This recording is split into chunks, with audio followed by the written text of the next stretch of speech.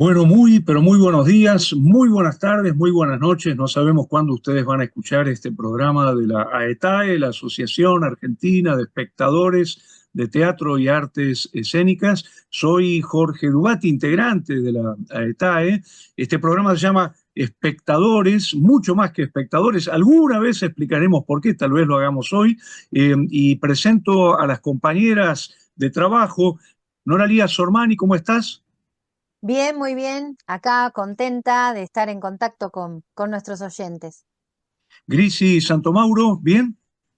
Bien, muy bien, ¿cómo les va a todos?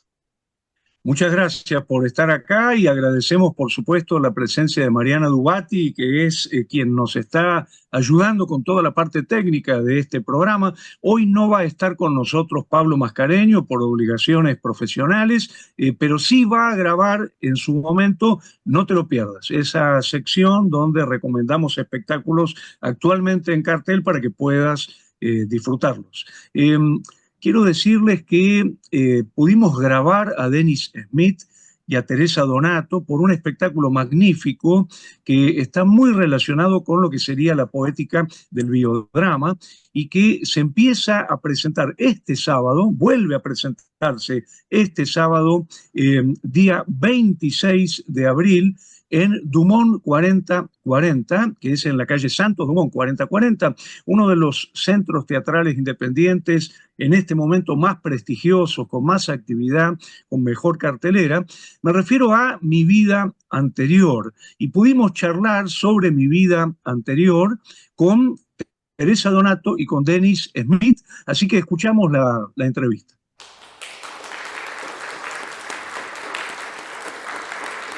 Bueno, muy buen día, muchísimas gracias Teresa Donato, Denis Smith por esta grabación. Pudimos ver mi vida anterior y queríamos hacerles algunas preguntas y plantear algunas líneas de análisis. En el caso de Denis lo conocemos muchísimo hemos visto, yo creo que toda su producción, entre otros, no sé, espectáculos con un formato muy parecido a este espectáculo de mi vida anterior. No sé, estoy pensando en Negra, estoy pensando en Boy Scout, en Los Abrazos Huecos, etcétera, etcétera. Pero además, bueno, hemos visto sus direcciones teatrales, no sé, yo nombraría Ella y yo o Los Chicos de Varsovia, bueno, enorme cantidad de producción porque Denis no para y la escuela sigue esa producción muy atentamente. Y Teresa Donato, muchísimas gracias por estar acá, porque te conocemos un poquito menos, queremos conocer de tu trayectoria, así que gracias a los dos, muchas, muchas gracias. Y Teresa, contanos un poquito de tu trayectoria, tu relación con la televisión, con la radio y con el teatro, ¿no? Porque recién charlábamos y contabas que este en realidad es tu segundo espectáculo, que estudiaste con Javier Dolte, estudiaste con creo que con el Mauricio maestro Cartún. Mauricio Cartún, nada menos. Contanos un poquito de tu trayectoria para conocerte un poco más. Breve. Yo empecé en periodismo, trabajé en periodismo unos 15 años y de ahí salté a las documentales, trabajé mucho en documentales de Canal A, del Gourmet, y ahí pasé a la ficción, a mí me encantan las telenovelas porque las telenovelas cuentan historias de vida, soy una gran defensora de las telenovelas bien hechas. Hice Amor en Custodia, hice comedias como Nina, Educando a Nina, Viudas e hijas de rock and roll, programas para niños como Patito Feo, Chica Vampiro, en fin, hice muchas cosas en el mercado audiovisual. Pasé a la radio, trabajé con La Negra Bernasi y Esloto Biazda, que hasta que ya no estuvo más, lamentablemente.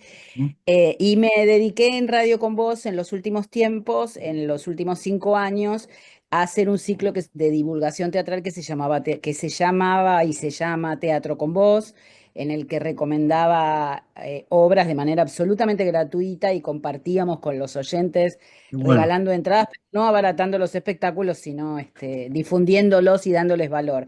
Y empecé en el teatro estudiando con Dolte muchos años haciendo su taller y todos los ciclos disponibles del maestro Cartoon.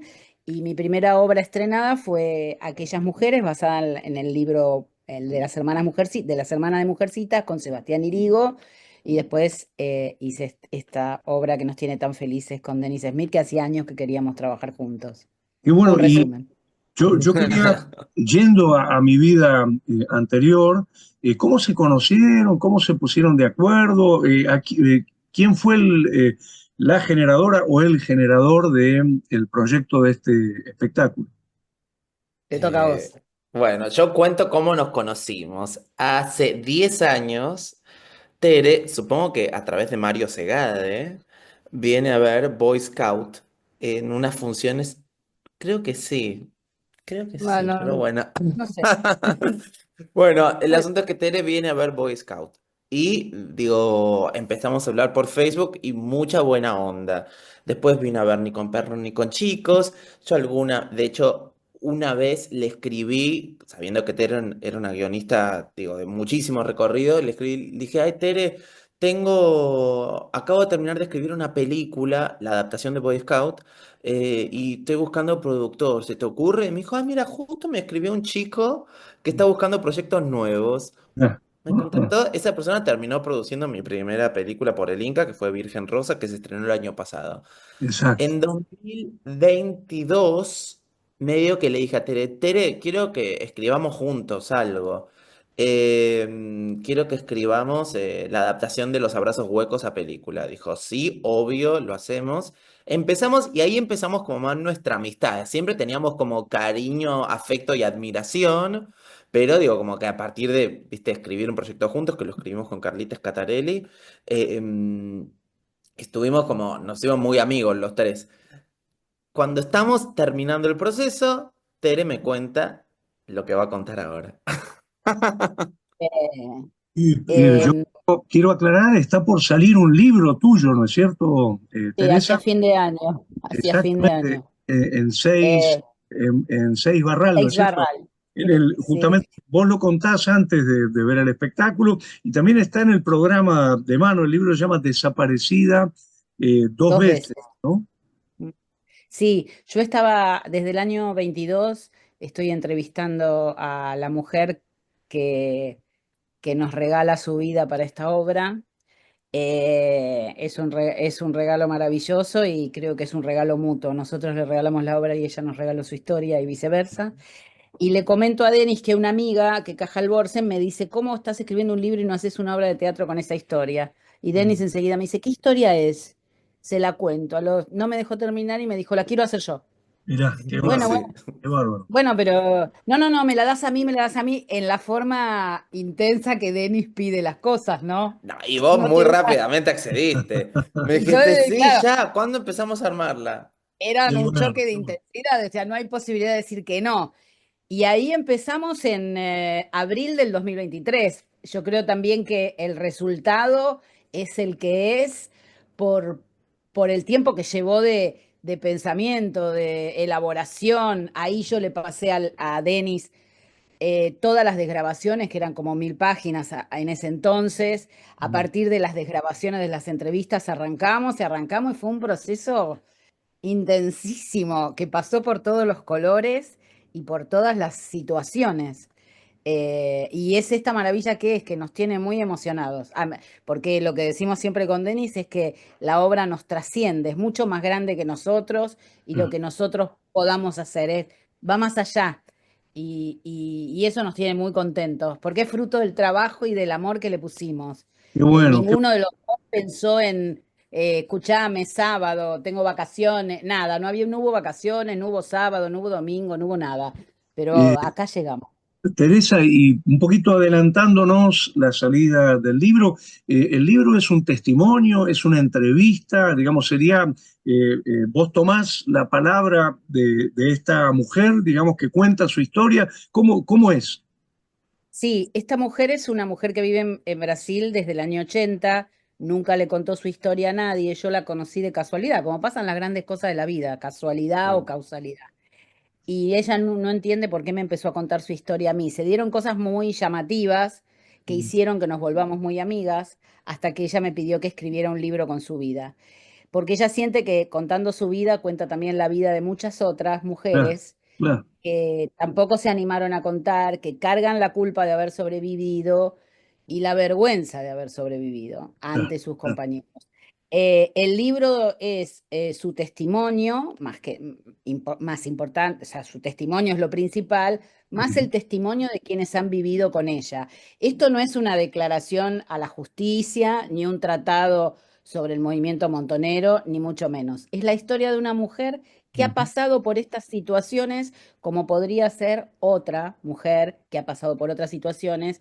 Creo que habla de las mujeres prisioneras tomadas como botín de guerra, y que va hasta más allá del hecho en sí. Cómo vive una familia el secuestro de un integrante, lo que se siente, claro. y cómo es la lucha de una mujer que se expone muchísimo, porque en el caso de las mujeres también tiene una intervención muy importante el tema sexual. ¿Cómo vive una mujer toda esa situación? Yo quisiera, lo que queríamos con Denis, que la gente se ponga en sus zapatos. Eh, Después, que bajemos todos del banquito, como tuve que bajar yo en primer Ujú. lugar y dejar de señalar, que puedan bajar del banquito y entender, ponerse en sus zapatos y entenderla con empatía. No digo estar de acuerdo, digo tratar de comprender. Exacto, exacto, exactamente. Denis, vos tenés una verdadera tradición de trabajos antifascistas, ¿no? Estoy pensando en tu laburo con los chicos de Varsovia, con, bueno, ella y yo, bueno, una cantidad de laburos muy importantes en esta línea, digamos, que podríamos conectarla con, con esa voluntad, esa reflexión. Este, ¿qué es lo que te impactó? ¿Por qué quisiste ponerle el cuerpo, digamos, a esta historia? Mira, así como, o sea, como bien cuenta Tere, me contó rápidamente, o sea, y fue como inmediato. Me dijo, estoy escribiendo la historia de una mujer que fue oficial montonera, y que cuando tiene que ir a la clandestinidad esconde un revólver en el pañal de su hijo y sale a la calle sin saber usar el revólver. Ujú, Tipo, esta mujer, digo, no sabía si la estaban buscando o no la estaban buscando, tiene que salir, digo, con un escudo humano que es su hijo en un punto, pero también para protegerlo a él y para poder darle una segunda oportunidad. Eso me pareció maravilloso. También algo que, digo, me llama mucho la atención es eso, digo, creo que como artistas lo que tenemos que buscar todo el tiempo es ponernos en los zapatos del otro y no deja de ser un tema delicado. A ver, yo creo que, o sea, siempre la paz es el camino, y obviamente a través ¿viste? De ir metiéndonos en este tema, como que si bien es un tema que está en la cabeza de todos los argentinos de ujú. bien, que tanto les gusta usar esa palabra a estas personas ahora, em, los argentinos de bien estamos muy empapados de este tema, pero Claro. obviamente al decidir, ok, vamos a meternos en este trabajo que, que es tan delicado, porque no deja de ser una situación delicada, Ujú. empecé a leer, viste, como muchísimo eso al respecto de lo que pasa con las mujeres y cómo le fueron haciendo el vacío una vez que salieron de cautiverio. Y digo, yo mismo, viste, me ponía en un lugar como, o sea, eso, digo, de prejuicio, y el prejuicio es malísimo, y digo, somos seres humanos, y es muy fácil ser héroes, tipo, en una página escrita, ¿viste? Pero después en la Ujú. vida real. Y también uno dice, bueno, pero eso justifica todo. No, no necesariamente, pero digo, al menos entendamos que digo, que hay que estar en los lugares y que somos humanos y que erramos en cosas, digo, como hay un dicho hermoso que es, el camino al infierno está pavimentado de buenas intenciones. Ujú. Y en una de las lecturas me acuerdo que había una disyuntiva en Montoneros sobre si tomar las armas o no, si ir por el camino político o no. Y bueno, quizás yo, Denis, digo, por mi naturaleza hubiera decidido seguir por el camino del diálogo. Bueno, en esa época, en ese contexto, en ese mundo, la decisión que estas personas tomaron fue esta. También viste como que hay una costumbre, creo que es bastante, digo, humana, y argentina específicamente, que es siempre, o sea, te maltratan, te maltratan, te maltratan, vos gritás y el loco sos vos. ¿Viste? Sí, sí, Sí, pero claro, una persona me está maltratando hace mucho tiempo y el loco soy yo porque reacciono.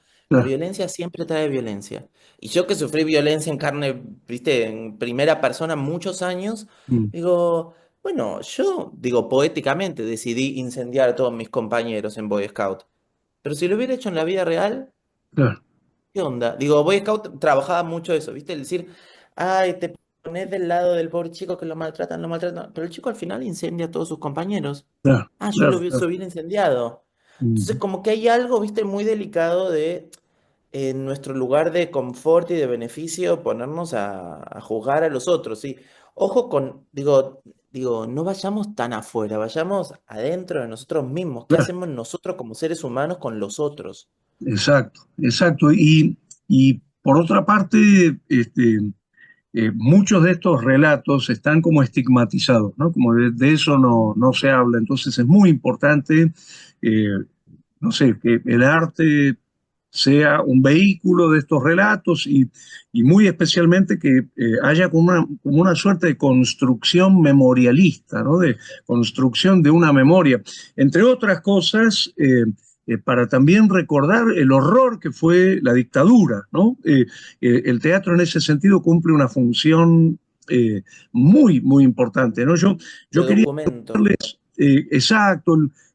Acá hay algo de lo que hoy se llama en el teatro mundial el nuevo teatro documental, ¿no? Que está basado en esta voluntad de llevar a la escena relatos reales, experiencias reales, ¿no? En ese sentido, me gustaría preguntar, Teresa, Denis, digamos, ¿qué función le atribuyen al espectáculo en relación a la construcción de memoria, ¿no?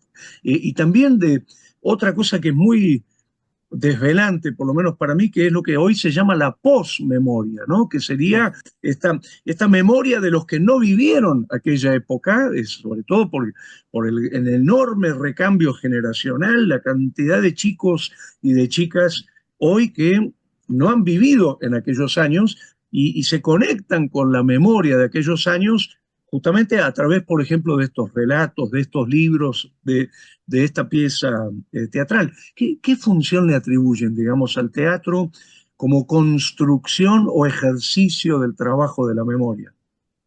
Mira, en nuestro caso específico, yo siento que tal vez, no lo digo de una manera pretenciosa, digo desde nuestro pequeño granito de arena. Nosotros, lo que yo siento es que las mujeres que se han salvado, lo mismo que los hombres, y lo digo porque yo era chica, pero cuando alguien se salvaba era muy mal mirado, no querías acercarte, Ah, decías cosas, cuidado es service, este es colaboracionista, lo juzgabas y no esa gente se sentía muy sola. mm, No teníamos comprensión de que salvar la vida es algo importante. Yo ayer mismo estoy editando el libro y leía una frase de una revista, Evita Montonera, en donde hablaban de un personaje del libro y decían como que el haberse muerto era lo que debía hacer para mm, no delatar a sus compañeros quedando con vida. mm, El valor, a mí sí, eso me impactó, este libro a mí me ayudó a bajar de ese banquito y a dejar de señalar y a entrar en el profundo dolor y calvario que siguieron viviendo los que se salvaron por la culpa de haberse salvado, como dice Primo Levi, de quienes se salvaron del holocausto, de quienes lograron permanecer con vida, mm, y de la vergüenza, porque obviamente que cuando te salvas sos muy mal mirado por tus compañeros que te habían indicado que debías morir para no delatar. En el caso de nuestra protagonista no delató porque pudo avisar que había caído, pero me interesa mucho la soledad que sintieron esas personas, que mm. por dentro se sintieron traidoras, no solo porque se lo dijeran sus compañeros, sino porque sabían que iban a ser considerados traidoras y en lo profundo se Y en su sentían así. idiosincrasia, En eso. lo claro, se sentían traidoras, se sentían y sentían la vergüenza porque quien te salvó es ese enemigo que vos tenías hasta ese momento, porque quien se salvó es porque alguien permitió que se salvara. Y me gustaría, como si te dijera, los últimos serán los primeros, hemos hecho un culto a la muerte y un culto al héroe muy importante. Y hay un gris en el medio de gente que no son ni héroes ni heroínas, son gente común que ha pasado por este dolor y que también merecen su reivindicación, porque no son ni traidores, ni colaboracionistas, ni entregadores, son gente que pudo conservar la vida. Como decimos en la obra, por momentos nuestra Mariana decía, bueno, por el momento alargué la sentencia y cuando, viste, especialmente en el caso de las mujeres han sido elegidas por alguien que se enamoró o solo las violó o etcétera, pero no tenían la opción de decir no, en cautiverio decir no, esto no lo quiero. En el cautiverio se hace lo que quiere el jefe del centro clandestino de detención. No es que tenés poder de elección, no se puede juzgar. Y como decía Mariana, demoro la sentencia, me ligo una ducha de agua caliente y un plato de ravioles y de paso me aseguro que no le pase nada a mi hijo que está afuera. Y a mí me gustaría, por eso cuando soñamos con Denis en viajar por España o Italia o países donde hay muchos argentinos que escaparon en ese tiempo, es hacerles, hermano, no te sientas tan solo, entendemos tu dolor. Yo conozco muchos casos y en todos los casos hay una vergüenza y una culpa de estar vivos. Y si podemos colaborar en algo para que pensemos un poquito distinto y nos pongamos en ese lugar sin juzgar tanto, y yo me siento satisfecha. De acuerdo, de acuerdo. Y Denis, yo quería preguntarte, y por supuesto también a Teresa, ¿no? ¿Qué significa esto de ponerle el cuerpo, ¿no? Porque hay algo muy hermoso que tiene el teatro, que es esta idea de la reunión, los cuerpos presentes, ¿no? En el territorio. A mí me gusta llamarlo el convivio a esto. Y la gran diferencia de leer un libro, o no digo que sea mejor o peor, pero digo, hay una diferencia Total. entre leer un libro o ver una película, hay algo de prestarle el cuerpo al testimonio, ¿no? De encarnar con el cuerpo en este espectáculo todas las voces, porque también aparece la voz del torturador, aparece la voz del secuestrador, etcétera, ¿no? Entonces quería preguntarles por qué sienten que le aporta el teatro a narrar esta historia. Mira, hay algo a mi juicio o sea, dos cosas pienso. Una, lo que me pasa a mí como intérprete y otra, lo que pasa con el hecho teatral en sí mismo. A mí Ujú. como intérprete me parece una obra espectacular de llevar a cabo porque, digo, hago de todo y voy y vuelvo. Es como, más allá del contenido, estás como jugando una película de mucha acción, que nunca he hecho una película de acción, entonces hay algo ahí como muy entretenido de hacer. Y después, en cuanto a lo que pasa con el espectador, yo creo que la diferencia entre leer y el hecho teatral, que es algo de comunidad, es la vibración, ¿viste? Digo, vos cuando lees, digo, lees y son tus propias palabras en tu cerebro, pero digo, hay algo que no genera vibración. El aire es vibración, la voz que sale es vibración y eso tiene la posibilidad de conmover, porque esa vibración, así como cuando te vas a hacer acupuntura, te ponen unas cosas con electricidad y eso viaja en tu cuerpo y a través de la vibración te suelta emociones, esto es exactamente lo mismo. Entonces para mí el teatro tiene esa cuestión vibracional que hace que las piedritas que podamos llegar a tener se muevan. Entonces, me parece que eso es lo mágico, digo, y lo diferente, porque, por ejemplo, yo he leído hasta ahora bastante de lo que va a ser el libro de Tere, que es una maravilla, que de verdad es una maravilla. Tere escribe hermosamente. Y no contaste también que, bueno, Teresa fue periodista de la revista Elle muchos años. Eso no lo contó. Bueno, y también no contó su parte artística, que fue bailarina de, ¿cómo era? De Pipo Ah, Pescador. Oh, mirá. Eso no lo Qué bueno, contó. qué bueno. Bueno, cantaba y bailaba, sí. con Marcelo Polino. Mirá, mirá, mirá. Bueno, eh, cuestión que para mí, o sea, el libro, por ejemplo, es divino y es hermoso y es un gusto leerlo y uno escucha las voces y tiene encima como un punto de vista muy original para hacer un libro de este estilo. Ujú. Después Teresa si quiere lo cuenta, pero digo, no es el clásico libro pregunta, respuesta, que es el típico libro, viste, de crónica de un periodista. No, Ya, tiene como una vuelta de tuerca que está buenísima. bien. Y es muy lindo de leer, pero obviamente el libro, o sea, cuando uno lee un libro es una cosa muy íntima, ¿viste? Estás ahí solo, no digo, a menos que vayas a un lugar y que te lo lean, que es más raro. Digo, el libro tiene que ver mucho con la construcción personal y lo que uno vuelca. El teatro tiene algo de lo que uno vuelca y la película que se va haciendo, pero también la película te está sucediendo ahí enfrente. Y Mm. eso te hace vibrar o no. Entonces, para mí, como el hecho de atravesar la experiencia teatral, digo, genera una conmoción. De hecho, la palabra que más recibimos, digo, en los comentarios es salí conmocionado. Y mucha gente se queda así. Y empieza a aplaudir, tipo, como, ya se terminó. Y es muy emocionante eso, ¿viste? Son como dos experiencias distintas. Exacto, porque además de estar el cuerpo del actor, también están los cuerpos de los espectadores, ¿no? Y el Exacto. otro día, por ejemplo, en la función que yo estuve, mucha gente llorando, de hecho se comentó esta cuestión, ¿no? No sé, Teresa, ¿cómo lo ves vos que tanto has laburado en la televisión, bueno, en el cine, en el periodismo, etcétera? Digamos, ¿qué le aporta el teatro a esta experiencia, sobre todo con esta cosa del convivio, de la reunión de cuerpo presente y esta cosa tan hermosa que tiene el teatro de la encarnación, ¿no? Digamos, la aparición de esas voces y esos cuerpos en el cuerpo de Denis. A mí, ante todo, lo que armó Denis, yo que viví el proceso muy paso a paso, nosotros estamos todas las semanas mandándonos mensajes de agradecimiento, porque realmente lo que hizo Denis es hermoso y como dice la protagonista, es mucho más mágico de lo que ella podía haber imaginado y todo lo que sucede alrededor de esto.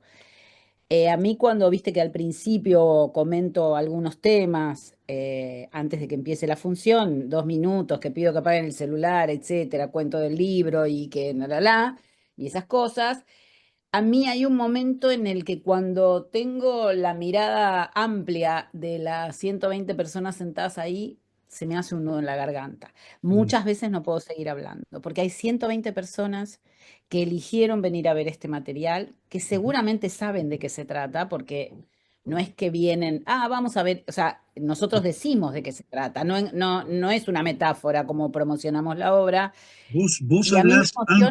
antes de que empiece el espectáculo, vos, por lo menos la función que yo estuve, vos comentás, Sí, sí, son unos minutos en donde como que doy instrucciones prácticas y de paso comento algunas cosas que exacto. consideramos que vale la pena decir. En ese momento la emoción es mía, porque veo 120 cuerpos que decidieron venir a ver esta obra, que me miran con atención y que luego, cuando Denis está actuando, muchas personas nos refieren que es como una misa. Yo los veo desde arriba, están en absoluto silencio, inmóviles, y pasa mucho que tarda el aplauso hasta que explota, porque es como salir de ahí. Y para mí es una ceremonia. La gente sale y nos abraza y nos agradece y nos dice que sintieron. No son todos de la misma ideología. Esto no es un panfleto político, es la historia de una mujer y te juro, hay un momento en el que a mí me emociona mucho ser parte de esto. Siento como un regalo, como estar acá hablando con vos ahora también. A mí me parece como un montón, como un Ah, sueño, porque decís, y con esto llegamos a este Zoom, y con esto llegamos a la gente que va a mirar esto, bueno, qué y bueno. siento que estamos haciendo que, algo no solo por nosotros, sino por los demás, y lo están haciendo esos 120 que ponen el cuerpo y se emocionan y salen conmocionados, y me parece que es como un rayito de luz en este momento. Buenísimo, buenísimo. Yo tengo tres preguntas más para hacerles, y digo, no vamos a agotar la charla porque después de que la gente vea el espectáculo, queremos que vengan en convivio a la escuela. Este, Qué linda la palabra convivio, la verdad es Tam- hermosa. Es muy linda, sí, yo la quiero mucho. Una pregunta tiene que ver con el musical, porque hay algo importante, estamos hablando de teatro todo el tiempo, pero en este caso es teatro musical. Bueno, Denis es un cantante excepcional, este, y, y sus espectáculos siempre están relacionados con lo musical de alguna manera u otra. Entonces yo quería preguntarles ¿qué función sienten que cumple la música, ¿no? Porque hay algo, creo yo, como espectador lo digo, de comunicación o de afectación que produce la música, mucho más que las palabras, ¿no? Hay algo de la música de colocarnos en una suerte de estado automáticamente, y entonces quería preguntarles por qué la música.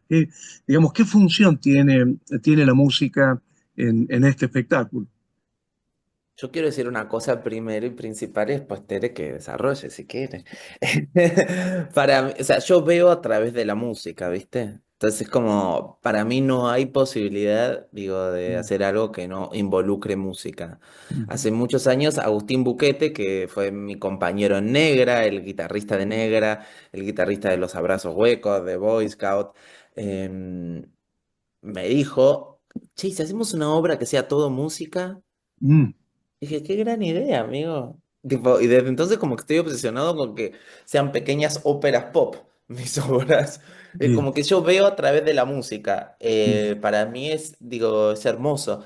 Y no son musicales convencionales, obviamente, porque, digo, quizás cuentan desde un lugar más metafórico esas canciones. En esta obra volvimos al tema del repertorio ya del repertorio popular. Digo, en Los Abrazos yo había hecho todas canciones especialmente para la obra ah, y en estas como que dije, no, quiero tipo canciones que me hablen de alguna forma del asunto. Y fue muy interesante el proceso porque fuimos peloteando mucho. Yo, por ejemplo, en un momento dije, quiero que entre Rafael Acarrá. Porque Tere me había dicho esto, me imagino un momento medio discolero. Yo dije, sí, ¿quién trae Rafaela Carrà? Tere blanca se quedó. Pero después triunfamos. Tere, ahora si Sí, querés te doy la posta. no, no, porque Rafael Acarrá primero que es un ídolo y siento que es hasta una cábala que esté, pero yo soy medio pesada tal vez por mi construcción anterior, es que y el año y no sé cuánto y esta canción, toda una serie de cosas y también decía, ay, y la verdad que me pareció, la música, además la gente, la idea de Denis me pareció espectacular y además la gente dice... La música me ayuda a digerir me da un recreo para poder seguir escuchando. Es como ah, una hepatalgina la música. Lo que sienten que es un alivio, paró y canta, ah. retomo energía y sigo escuchando. Y además Además es hermoso escuchar a te Denis cantar. te pone en otro estado de sensibilidad, ¿no? Me Sí, parece. Meryl Streep Sí, decía cuando, o sea, Meryl Streep cuando hizo Mamma Mía fue por lo siguiente, fue la primera obra que fue a ver después del ataque, el atentado de las Torres. Mm, Entonces fue a verla y llevó a toda su familia y estaban todos primera vez, tipo, después de semejante episodio, que ah, estaban todos de vuelta, viste, con un ánimo más festivo.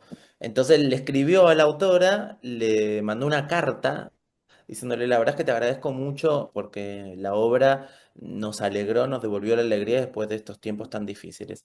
Entonces parece que la autora le dijo, ay, quiero hacer la película, ¿querés actuar? Le dijo, por supuesto. mirá, Meryl Streep aparentemente empezó haciendo musicales y ella dice, la música lo que tiene es que te saca todo el trabajo de encima, empiezan a sonar tres acordes y vos ya te colocas. Y es eso que decís vos, la música te coloca emocionalmente y volviendo al tema de la vibración y del convivio y de estar todos juntos ahí, el teatro, digo, es la vibración de esos cuerpos. Y uno dice, ay, no, ay, pero qué exagerado, que no es metafísica, no es nada, es una cuestión física, tipo, comprobable. Somos, digo, entes que vibran y que generan vibraciones. Y esas vibraciones, tipo, van moviendo esas cosas que tenemos como endurecidas adentro. A través de la vibración todo se mueve. ujú, Y la música hace eso muy directamente. exacto, buenísimo. Bueno, yo quería preguntarles si ya vio la obra, la testimoniante, digamos, la protagonista, vio el espectáculo, viajó a Buenos Aires, ¿cómo es esta situación? Porque el espectáculo tiene algo de biodrama, en el sentido de que la protagonista podría tranquilamente sentarse en la butaca a escuchar su propia historia, ¿no? Sí, mira, voy a empezar yo, Tere, y digo, cuento una cosa. En junio, o sea, empezamos con Tere a armar todo esto. En junio hablo con Fede Irazábal y con Diego Berardo, que en ese momento dirigía el Cultural San Martín, Ujú. y les presento el proyecto. Los dos quedan encantados, dicen sí, vamos. Y entonces FIBA lo produce. Lo coproduce porque nosotros somos la otra pata coproductora. Y vamos a estrenarlo el 24 de febrero del 2024. Hay cambio de gestión, bueno, se decide que el FIBA pasa para octubre. Ah, A todo esto, nosotros, desde que cerramos todo, hablamos con nuestra protagonista. Siempre decimos nuestra protagonista porque, Dios, si no se nos escapa el nombre. Eh, y no queremos que se sepa, ella no quiere que se sepa su nombre. bien. En este Bueno, momento. lo cual a mí me parece que le da un dramatismo tremendo al asunto, porque digo, de verdad, esta mujer existe y esta mujer todavía tiene miedo. Qué Claro. miedo. Bueno, entonces le contamos esto y ella decide avisarle a 40 personas de toda América Latina, entre ellos sus nietos, ex compañeros de militancia, a 40 personas de toda América Latina, que se va a estrenar una obra en la que va a contar finalmente su historia. Mm. Y que ellos Ella se van a compra enterar porque no pasajes, la ellos se van a conocían. enterar porque nadie sabe nada. Ella compra pasajes para ella y toda su familia, alquila los Airbnb y todo. En enero nos enteramos que el FIBA se pasa a octubre. Ah, claro. Entonces, ¿qué hacemos? ¿Qué hacemos? ¿Qué hacemos? El 24 de febrero le hacemos una función especial, ensayo, porque obviamente, digo, al no estar el estreno, bueno, tipo, lo tuvimos que hacer como ensayo para ella y sus 40 familiares e íntimos amigos, que En fue el convivio. 24 Eso fue acá en en Houston, ¿no? convivio, 40 personas en la sala B del Cultural San Martín, donde Claro, funcionó la CONADEP. O sí. sea, todo una situación, digo, muy especial a nivel vibratorio. Tere, ahora te doy la palabra. Cuéntanos un Eh, poquito qué pasó, cómo lo vivió. eh, Fue tremendo, porque lloramos todos. Lloré yo, que había visto y leído la obra 50 veces, 50.000. Fue muy emocionante. Por suerte yo tuve el tino de grabar ese día y de grabar lo que pasaba con las personas. Entonces había familiares de todo tipo y con Mm. opiniones de todo tipo. Y los nietos no sabían quién era su abuela, o sea, tenían una noción, no es que ella lo escondía, pero no contaba Ah, detalles. claro. Tu hijo era, o sea, yo siempre le digo a ella, hiciste una constelación familiar, Mm. lloraron todos, era pero no terminaba el llanto, la angustia, y creo que para ella fue muy reparador. Y luego ella volvió el día del estreno con otros amigos, los que ya vivían acá.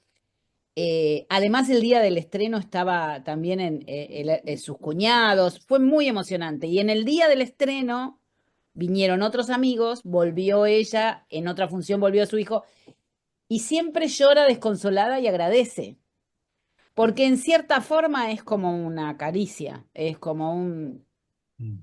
está bien, ¿no? Es como, para nosotros fue muy emocionante porque si a los protagonistas los conmueve así, teníamos fe en que podíamos conmover, porque si, No, yo y sobre siento los todo era protagonistas, la sí, responsabilidad, nada, la una responsabilidad que responsabilidad. era como, ese día fue, dijimos, ay Dios santo, porque ella Claro. no quería Mucho, leer nada, no quería no ver quiso. nada, entonces fue como, uy Dios santo. Bueno, para cerrar, porque quiero que quede picando una cantidad de cosas que no las quiero spoilear porque me encantaría que vean el espectáculo quienes están siguiendo esta conversación. Eh, yo creo que también hay algo de una función catártica en términos sociales, ¿no? Cuando se pueden contar estas historias, y sobre todo cuando se borra la estigmatización, esa idea del silencio para que no se hable de estos temas, ¿no es cierto? Creo que yo lo siento personalmente, yo era un adolescente en esa época y la sensación, bueno, es de haber escuchado, vivido, haber de alguna manera, digamos, sido atravesado por todas estas cuestiones del social histórico, ¿no? Entonces, yo quería preguntarles qué esperan de las y los espectadores, ¿no? Pues sabemos que el espectador real va a reaccionar de maneras muy diferentes, ¿no? Pero también hay algo como una suerte de espectador ideal, ¿no? Un espectador soñado, por decirlo así, de mi vida anterior ¿Y cómo lo imaginan? ¿Qué les gustaría que le pase a ese espectador que tal vez no exista, pero que como construcción de la imaginación eh, creo que también vale, ¿no?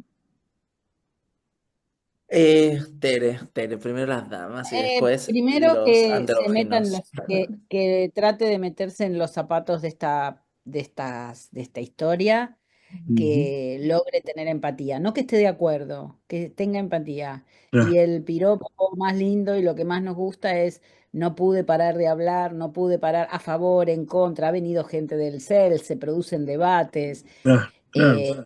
eh, que lo sigan hablando, que sigan buscando. Es memoria viva, no pasó hace tanto. Cuanto más temas, menos van a suceder.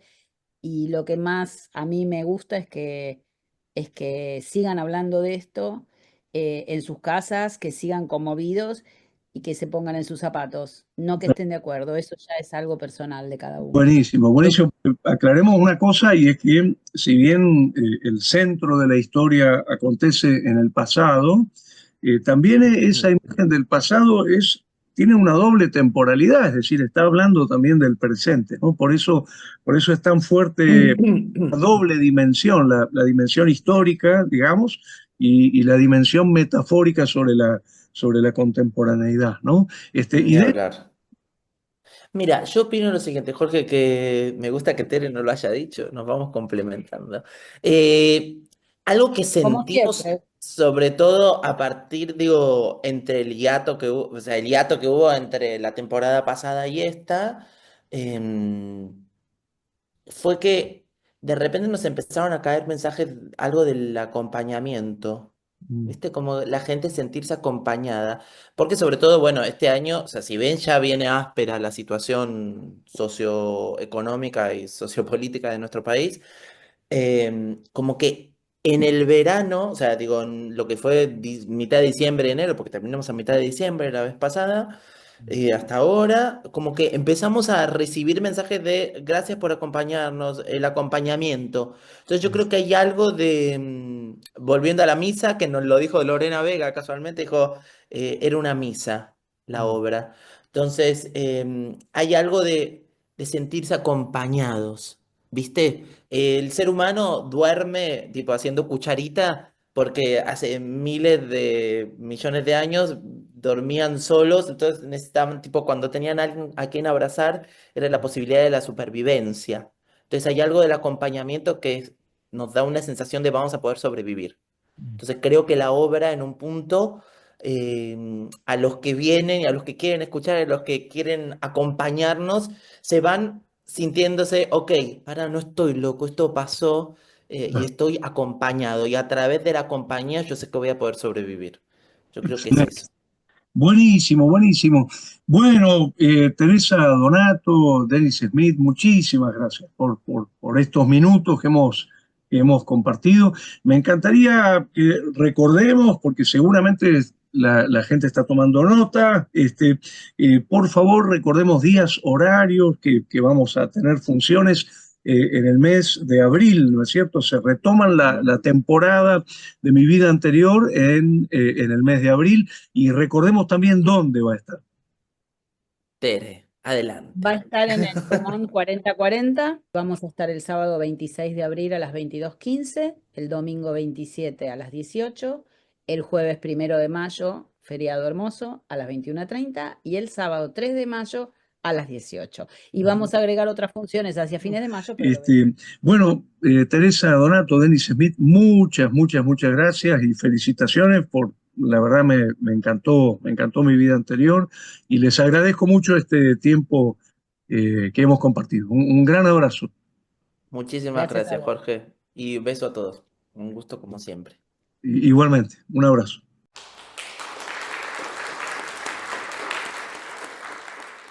Muchísimas gracias por seguir este programa de la Asociación Argentina de Espectadores de Teatro y Artes Escénicas.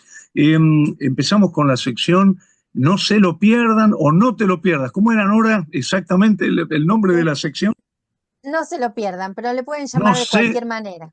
no se lo pierdan, no se lo pierdan. Y Le damos en primer lugar la palabra a Nora Lía Sormani. Adelante, Nora. Sí, bueno, muchas gracias, Jorge. Acá estamos esta vez con mi No se lo pierdan. No va a ser de teatro para las infancias, si ustedes me permiten, pero sí va a ser el comentario de un espectáculo que habla sobre la maternidad, un tema que a mí también me convoca muchísimo, y el espectáculo es Entre tus siestas. Entre tus siestas tiene dramaturgia de Brenda Howlin y está dirigido por Brenda, por Flor Micha y por Santiago Sui. Esta obra es una obra sobre la maternidad, como decía antes. Brenda Howlin viene trabajando con los temas de la maternidad en distintos modos, teatro, cine, y en esta oportunidad, en Entre tus siestas, nos presenta a una pareja en la previa al parto, el momento del parto y el posparto. O sea, cuando la pareja es pareja y cuando después se transforma en familia, cuando llega el bebé. La dramaturgia es fabulosa porque logra abarcar todos los temas y todos los estados de ánimo y todas las situaciones personales y sociales que atraviesa una pareja cuando va a tener un bebé. Acá hay una investigación muy interesante por parte de Brenda. ¿Por qué digo que están todos los temas? Les quiero contar que yo durante mucho tiempo trabajé en la revista Ser Padre Soy, donde eran páginas y páginas sobre los temas de la maternidad. En esas páginas y páginas mucha gente me decía, ¿tanto se puede escribir sobre ese momento de la maternidad, el parto, el posparto? Y yo les decía que sí, porque hay un montón de situaciones que atraviesa una pareja cuando llega un bebé a su casa. Brenda Howlin lo sabe, entonces en esta obra compila o condensa todos estos temas. ¿A qué me refiero? La salida corriendo a la maternidad, los dolores, las incomodidades, las felicidades, el gran cansancio cuando ya nace el bebé, todo lo que ustedes se pueden imaginar y que cualquier pareja que tuvo bebés los atravesó. ¿No es cierto? Estos temas, el amamantar, ¿no? El nuevo cuerpo de la persona que acaba de parir y la situación del marido que sale a la sociedad, entonces aparecen los celos. Todos estos temas muy bien estudiados y muy bien compendiados en una obra donde, gracias a la genial actuación de Martín Tequi y Débora Zanoli, explota. Es decir, esta gran dramaturgia de Brenda explota cuando los actores en escena, con su teatralidad, empiezan a representar esta obra que realmente aparece el humor, sobre todo, por sobre todas las cosas, pero el humor hablando de un tema muy real y muy profundo, como es ese estado, ese momento de la maternidad, ¿no es cierto? Bueno, desde no dormir y llegar agotados, hay que verlo porque hay, y esto a Grisi le puede interesar también, una coreografía en esas actuaciones, una máquina de actuar entre los dos actores que es maravillosa. Débora Zanoli trabajó, ustedes la conocen por Lo que el río hace, de Paula y María Marul. Ella fue una de las actrices, ¿no? De verdad que se las recomiendo, esta vez ya no para los chicos, pero sí para sus padres. Se llama Entre tus siestas, de Brenda Howlin, y como les decía, una maravillosa actuación de Martín Tequi, Débora Zanoli, y la sensación de cómo se puede trabajar desde la teatralidad un tema tan interesante, tan profundo y tan real en la vida de las personas, con muchísimo humor y muchísima verdad. Y bueno, termina el espectáculo con una especie de manifiesto, digamos, de lo que es la maternidad, con sus pros y sus contras, que vale la pena compartir en vivo, en convivio con los actores. La obra Entre tus siestas está en el Camarín de las Musas, Mario Bravo 960, todos los domingos a las 17 horas. Va a estar todo mayo, traten de ir, es a las 5 de la tarde, así que es un horario muy amigable y realmente la obra lo amerita. Entre tus siestas. Muchas gracias, Noralía. Yo vi Entre tus siestas y me encantó realmente. Magnífica, magnífica. Y una cosa que me pasó es que no solo me trajo muchos recuerdos de mi paternidad, sino también este, muchos recuerdos de la maternidad de mi esposa, que fuiste vos, que sos vos. Y, y por otro lado, me dio mucha risa, me reí todo el tiempo, y son realmente actuaciones magníficas, ¿no? Las de Tequi y Zanola. Muchas gracias, Nora. Le damos la palabra en este programa de espectadores a Grisi Santomauro. Gracias, Jorge. Bueno, el no se lo pierdan de hoy va a estar dedicado a Juego del Tiempo de Margarita Bali, que algunos de ustedes sabrán, estuvo en cartel el año pasado en el Teatro Nacional Cervantes. Pero bueno, tuvo tal éxito que ahora se repone nuevamente a partir del 10 de marzo. Eh, Margarita Bali saben que es una gran bailarina, coreógrafa, artista visual. Anteriormente en su vida de juventud también fue bióloga y esto también se puede visualizar a través de su obra, ¿no es cierto? Eh, Cuando nos enteramos de que Margarita, que tiene 81 años, se presentaba en el Teatro Cervantes con esta obra, nos preguntábamos si un artista a los 81 años puede reinventarse, puede volver a bailar después de casi 3 décadas, ¿no? Y Margarita Bali nos contesta que sí, y con creces. No solo lo dice, sino que lo baila, lo proyecta, lo transforma en arte. Es algo, es una experiencia única verla. En una entrevista que le hicieron hace poco tiempo, ella dijo algo hermoso, dijo que en su cuerpo están todos los cuerpos que ella fue. Y lo que muestra en este espectáculo es justamente un cuerpo expandido, un cuerpo intervenido por la tecnología, pero que no pierde lo humano. Y ella aclara que la inteligencia artificial aún no ha podido suplantar, al menos en la danza, al cuerpo, ¿no es cierto? Y maneja el cuerpo como si fuese un archivo, un lugar donde la memoria y el presente se mueven juntos, ¿no? A mí me gustaría destacar algunas particularidades, algunas cuestiones, digamos, dentro de este espectáculo. Ella fusiona la danza contemporánea con la tecnología audiovisual, creando una experiencia sensorial inmersiva. O sea, la obra no es solo movimiento físico, sino que también hay manipulación del tiempo y del espacio mediante, bueno, proyecciones, mediante la edición digital. Y el cuerpo del bailarín se va replicando, se va desdoblando, se acelera, se ralenta. Eso crea toda una percepción del tiempo diferente.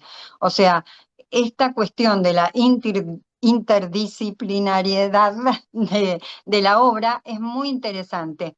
También el concepto del tiempo que hay en la obra, porque está tratado de una manera muy lúdica, porque bueno, justamente con este tema de las distintas velocidades, las repeticiones, los retrocesos, las superposiciones, rompen absolutamente con la narrativa del tiempo lineal, ¿no? Después el tema del cuerpo como un objeto expandido, el cuerpo ya no está confinado a una cuestión física solamente en el escenario, sino que se vuelve múltiple, se vuelve virtual, ampliado, fragmentado. Eh, es un diálogo permanente entre lo tangible y lo virtual. El tema visual también, que es muy fuerte, pero no son solo cuestiones decorativas o está ahí como adorno o como acompañamiento, sino que también lo visual está coreografiado, dialogan permanentemente con el movimiento de la intérprete y bueno, y aquí aparece lo simbólico, digamos, del tiempo que puede representar la vida o distintos ciclos, perdón, o la finitud de la existencia, la fugacidad de la existencia. Eh, y por último, bueno, me gustaría decir que todo esto también es muy interesante lo que hace porque no tienen distintas jerarquías. La danza, el sonido, la iluminación, la imagen, el cuerpo, todo está en una misma jerarquía. O sea, no, nada está puesto de más, todo interactúa, todo baila. Juego del Tiempo, la verdad, es una experiencia y como toda experiencia, por lo tanto, es muy difícil transmitirla, sí hay que vivirla y es una invitación a pensar el tiempo también, no como un enemigo, sino como un compañero de juego. Eh, Cuando termina la obra uno dice, ¿cuánto pasó? ¿Pasaron 20 minutos? ¿Pasó una hora? Es difícil mensurarlo. eh, Porque ella lo manipula el tiempo y el espacio todo, durante todo el espectáculo, ¿no es cierto? Así que, bueno, en el fondo lo que hace Margarita Bali también es bailar con el tiempo. Y el tiempo, si bien puede doler, estamos hablando de una persona de 81 años, en ella no parece hacerlo de ninguna manera, pero también puede jugar y en manos de Margarita Bali baila. Baila, baila, baila todo el tiempo. Así que yo lo recomiendo, pero fervorosamente vayan a vivir esta experiencia inmersiva única, absolutamente innovadora, que va a estar a partir del 10 de mayo en el Galpón de Guevara. Y, a ver que no me quiero equivocar, también tienen la oportunidad de ver hasta el 4 de mayo. Estas funciones de esta semana se suspendieron, pero en el Palacio Libertad, en el ex CCK, están dos obras de videodanza de Margarita, Galaxias Inmersivas, que se da el miércoles 30 de abril, y Rocas, que va del 30 de abril al 4 de mayo. En algunas de esas, Margarita Bali también aparece comentando esas obras en algunas de las funciones. Así que también pueden ver antes del 10 de mayo en el Palacio Libertad estas dos obras de videodanza de Margarita Bali. Y luego Juego del Tiempo, como dije, en el Galpón de Guevara, en Guevara 326, a partir del 10 de mayo, pero ya pueden sacar las entradas en Alternativa Teatral. Y apúrense porque se agotan muy fácilmente. Buenísimo, Gris y Santo Mauro, muchísimas gracias. Me tocó ver también este espectáculo de Margarita Bali y me tocó programarlo cuando estuvimos en la gestión del Claro. Cervantes con Gladys Contreras y la verdad una belleza. Las dos recomendaciones de Nora y de Grisi, realmente excelentes espectáculos. Me toca a mí, yo quiero recomendar este espectáculo que es Rumbo a Peor, que encarna en formato de unipersonal Pablo Finamore. Lo conocemos a Pablo Finamore como uno de los grandes actores de Buenos Aires, lo hemos visto, entre otros trabajos, digamos, entre los más recientes, en, por ejemplo, El Entenado, el espectáculo que se hizo en el Teatro Regio, con dirección de Irina Alonso, o lo hemos visto también en Olvídate del Matadero, esa suerte de reescritura del texto de Echeverría que hizo con Claudio Martínez Bell. En este caso, Pablo Finamore asume la traducción del texto de Samuel Beckett. Es un texto poco conocido de Beckett, que se llama Worst War Hoe. Es un texto de los últimos que escribió, de 1983, y asume también la dirección del espectáculo que se está presentando en el Teatro Moscú. Lo primero que me gustaría decir es que este texto forma parte de una trilogía narrativa, junto con Comedy y con Mal Visto, Mal Dicho, y que lo podemos traducir como Rumbo a Peor, como aparece traducido no solo en la traducción de Pablo Finamore, sino también en la traducción de la edición de Lumen, la edición española. Ahora, es magnífico que Pablo Finamore haya traducido el texto de Beckett al castellano rioplatense o al castellano bonaerense, porque verdaderamente la edición española, la traducción española, es muy diferente de la traducción de Pablo Finamore, que lo atrae, digamos, lo trae al campo de lo que sería el castellano que nosotros hablamos en el territorio de Buenos Aires y en buena parte de la Argentina. Me gustaría decir que se lo piensa como un relato, como un cuento, como una novela corta, como una nouvelle. Yo diría que es un poema en prosa, es un poema rítmico y justamente el gran desafío de la traducción de Pablo Finamore es llevar a nuestro argentino esa estructura rítmica poemática. En principio, yo destacaría tres grandes cosas de este regreso de Beckett a la cartelera porteña. La primera, que tenemos una tradición beckettiana muy fuerte en la Argentina. Podemos decir que somos un país beckettiano. Pensemos que Antonio Di Benedetto ya empieza a traducir a principios de los años 50, digamos, poco después de la edición en el año 52 de Esperando a Godot, ya empieza a traducir Esperando a Godot allá por el año 53 en Mendoza. Y en el año 54 ya se publica una edición que es esta que tengo en mis manos, que es la edición de Poseidón, con traducción de Pablo Palán, es decir, muy cercanamente del estreno, Esperando a Godot, que fue en el año 1953 en París, aparece esta edición en Buenos Aires, primer traducción al castellano de Esperando a Godot, y lo más interesante, como no sé si se llega a ver, creo que sí, dice traducción de Pablo Palán, revisada por el autor. Es decir, que Pablo Palant, gran teatrista, fundamentalmente del teatro independiente, se acercó a Beckett y evidentemente hicieron un intercambio para el armado de esta traducción. Me gustaría decir que desde entonces, desde el año 54, que la Argentina no para de relacionarse con Beckett. Recordemos en ese sentido al gran maestro Jorge Petraglia, que va a ser el director de la primera versión de Esperando Godot en el año 56. Yo creo que hay que poner Worst War How en la versión de Pablo Finamore, Rumbo a Peor, en esta línea de conexión con esta tradición de país beckettiano que tiene la Argentina, y hay que disfrutarla en relación a esa tradición. Por otro lado, yo destacaría muy especialmente la aparición de una teatralidad de lo no teatral, por decirlo así. Hay algo sumamente interesante en qué pasa en el cuerpo del actor Pablo Finamore, en el convivio teatral con las y los espectadores, en la poética del espacio diseñada para este espectáculo, con un texto que no fue pensado por Beckett para el teatro.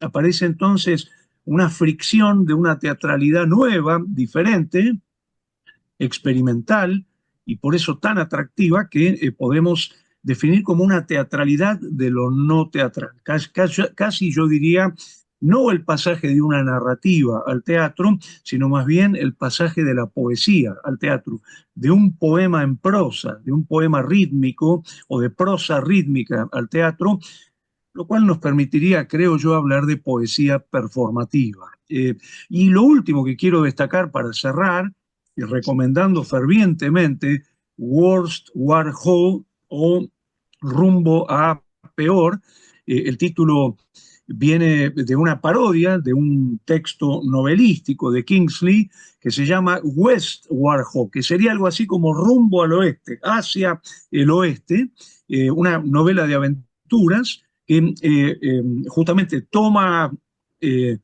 Beckett para parodiarla, y en este texto donde Beckett explica de la mejor manera su poética del fracaso.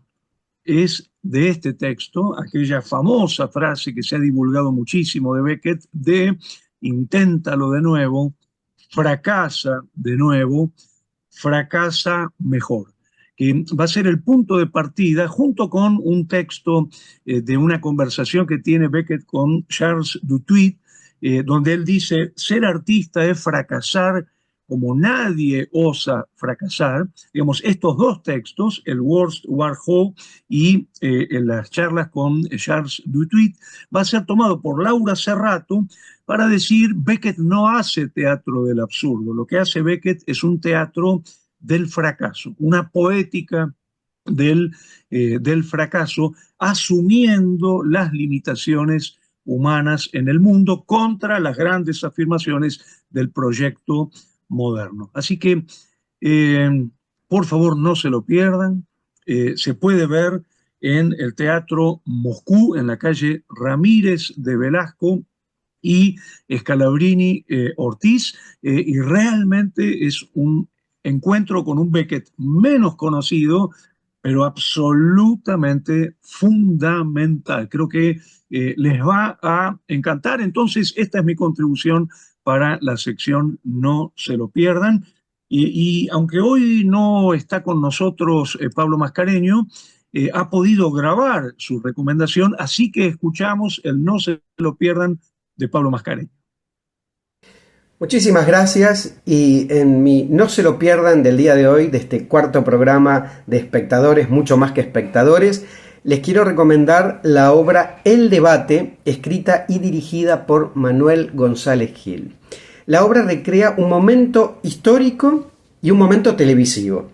Se trata de recrear un programa, uno de los últimos en salir al aire, del ciclo Las Dos Campanas, que conducían Jorge Conti y Gerardo Sofovich. El ciclo tenía la particularidad de reunir a dos personalidades de la política, el deporte, la cultura, el espectáculo, que tuvieran miradas antagónicas y generar justamente un intercambio, un saludable intercambio de ideas, como se ve en este acontecimiento que refleja la obra El Debate, que es el intercambio de ideas entre los líderes sindicales José Ignacio Rucci y Agustín Tosco. Es realmente un espectáculo muy grato de ver porque nos traspola a un tiempo, pero además significa pensar el presente a partir de aquello que sucedió en el pasado. Repito, 11 de febrero de 1973, un momento muy particular de nuestro país, y el encuentro de los líderes sindicales Agustín Tosco y José Ignacio Rucci. Entiendo que para quienes vivieron esa época es reencontrarse con un tiempo de nuestro país que habla mucho del hoy, que nos espeja también en el hoy, pero para las nuevas generaciones es acudir a un momento de nuestra historia, a un retazo de nuestra historia. Pero además el mérito del autor y director Manuel González Gil es que dotó a esta propuesta de muchísima teatralidad.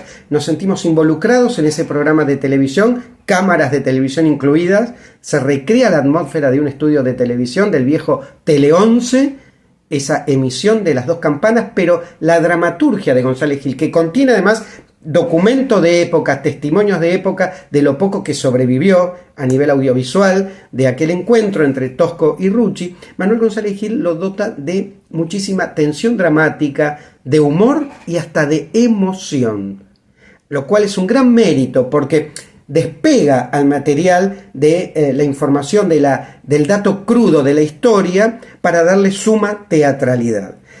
Recomiendo calurosamente El Debate, muy bien interpretado por Pepe Monge, por Oscar Robito, por Miguel Core, por José Vela, por Sebastián D'Artagette y por Enrique Dumont.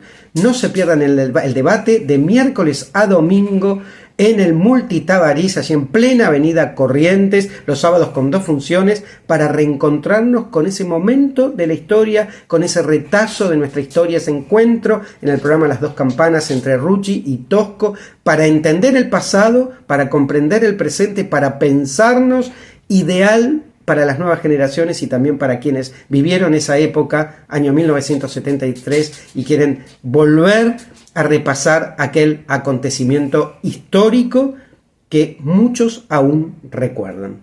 El Debate, libro y dirección, Manuel González Gil, en el Multitabarís.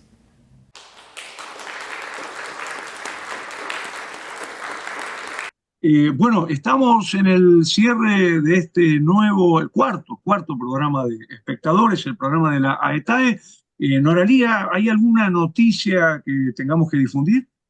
Sí, como siempre, contarles que estamos transmitiendo desde el YouTube de la ETAE, la Asociación Argentina de Espectadores del Teatro y las Artes Escénicas, así que pueden suscribirse a nuestro canal de YouTube y seguirnos en los distintos programas.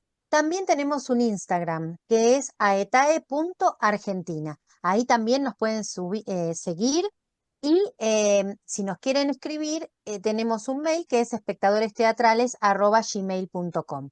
Y también tenemos un blog que es aetae.blogspot.com, donde también están subidos nuestros programas, además de textos y entrevistas que hicimos, todos relativos al tema del teatro y los espectadores. Y me gustaría cerrar este cuarto programa explicando por qué el subtítulo del nombre del programa, que dice espectadores, mucho más que espectadores, es que cuando uno analiza qué hacen las y los espectadores, este año, por ejemplo, cumplimos 25 años con la Escuela de Espectadores de Buenos Aires, se han abierto más de 90 escuelas de espectadores, es decir, que ya tenemos una gran experiencia en la observación, en la autoobservación del trabajo con los espectadores. Cuando uno trabaja cabeza a cabeza con las y los espectadores y al mismo tiempo se autoobserva como espectador, se da cuenta de que uno no es solamente espectador en el momento en el que está en el convivio teatral, en la experiencia teatral, sino que uno sigue siendo espectador luego y se transforma luego en un espectador creador, en un espectador artista, en un espectador crítico, porque hace recomendaciones, el famoso boca en boca, por ejemplo, o las escrituras en la web, espectador filósofo, espectador multiplicador, espectador gestor, espectador y espectadoras maestros, porque forman a nuevos espectadores. Por eso el subtítulo de nuestro programa, porque realmente las y los espectadores son mucho más que espectadores, son también críticos, filósofos, gestores, artistas y creadores. Muchísimas gracias por este nuevo programa. Gracias Noralía Sormani, gracias Grisi Santomauro. Un saludo a la distancia a Pablo Mascareño y muchas gracias Mariana Dubati por el soporte técnico.